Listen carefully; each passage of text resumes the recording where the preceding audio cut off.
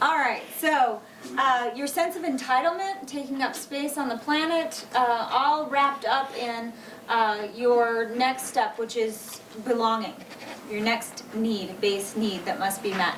Your sense of belonging, to feel loved and lovable, to feel worthy of acceptance, love, and belonging. That's a base need, guys. And if you're walking around with this sense of qualifying yourself to everyone you meet, especially women, then there's a red flag. You know that your sense of belonging needs a little bit of refinement and work. Now, procreation. We're going to talk a lot about sex today, my favorite subject. And procreation, positive creation. There are many, many ways to display that you have a good, healthy sense of your creative power. Your ability to work with your sexual energy is your ability to work with your life force and display that readily. So it's not just making a baby. I mean, that's a huge display of creation energy that people take very lightly, actually. But think about that. Making a whole new human on the planet is the result of exercising your procreation energy. So if you could take that and harness it and laser focus it into all other aspects of your life, now you've got your base needs met. That base of your pyramid is solid. Now you can start moving up the pyramid to the top, which you can write is self-actualization at the very top.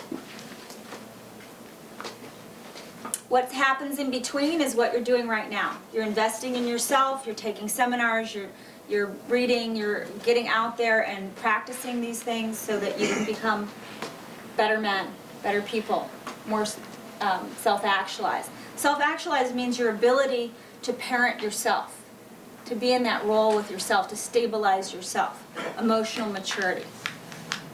So, we get these things confused. Emotional maturity and delaying gratification, those are positive things. You don't want to be the immature baby demanding that you be fed 5 minutes ago. But there are some base things that babies make no apologies for asking for. Feed me, touch me, cuddle me. Hello, I'm the baby. I'm cute. I'm lovable. This is what we do here. It's the arrangement. And they make no apologies for that. Somewhere along the line, our social conditioning that says that we need to delay gratification and show maturity gets really mixed up with needs becoming wants and treats. We're told that if you want to be Michelle in this family, this is how you need to look and sound and be. And could you stop being so fabulous because you're making the rest of us look bad? Other people want you to conform to their sense of what they want you to be. And so you start taking things that are actual base needs and putting them over here in a treat basket. And if I'm just good enough, if I can just get this right enough, if I can just judge myself harshly enough, I get to have that little treat and experience that. Problem with that is you never can get it absolutely perfectly right enough to get the treat out of the basket. So you're constantly kind of in this mode of denying yourself your base needs. So for men, this is particularly true in the last 20 years or so in our culture. Your base needs as men, your lustiness, your masculinity, what you have to offer the world that's really an amazing gift, has been suppressed, put down, devalued, criminalized, villainized. So I want you to take a minute and think about what you really deserve. To have all your needs met. To feel lovable, to give love, to exercise your powerful masculine procreation energy, and see that as a gift you're giving women and the culture, and not a selfish thing. Think about those movies like The Barbarian. You've got the Conan the Barbarian, we've kind of been working with that archetype, or that avatar with you. Think back to movies that are like that, this kind of historical reference, and the men are returning from war, and there's this big party, there's this feast going on, and there's dancing girls. Dancing girl, bring me some grapes and wine, and come sit on my lap, dance for me. Is this some titillation fantasy kind of thing? It is to us now viewing it, but in the day, this was a way of life. This was how men recharged, discharged their warring tendency so they didn't have post-traumatic stress syndrome going into their lives or going into the battle the next day. This is how they honored what the women had to bring. Nourish us with everything you have, all your feminine gifts. We're going to soak it up, bring it on. You know, sitting back and letting her bring it and not making any apologies. Honored her, gave him what he needed to do well the next day, and she was thrilled to be part of saving the village from whatever enemy was out there, because she knew she was fortifying the men with everything she had, including her body, so that he could do his best work the next day, so he could be at one, Zen-like, with his steed and his sword. So I want you guys to think about that and how you can own that. And be in a place of not making apologies for this lusty, masculine, juicy thing you're bringing to the world and to women. So when you're approaching women, when you're talking to women, you can be in a space of, I know I have this amazing gift that's going to enhance your life. And push past the doubt. You deserve more than what you're currently experiencing because you are a human man. Not because you have to earn that, but just because you are, because you exist on the planet.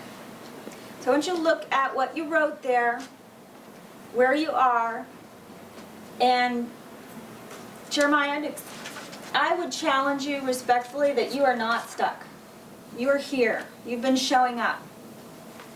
That you're more in that next phase, the next stage.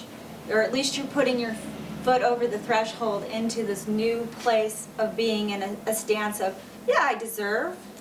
That doesn't mean you're taking anything away from anyone else. In fact, when you're radiating at your most powerful masculine self, you are enhancing everyone around you. You are lifting up everybody.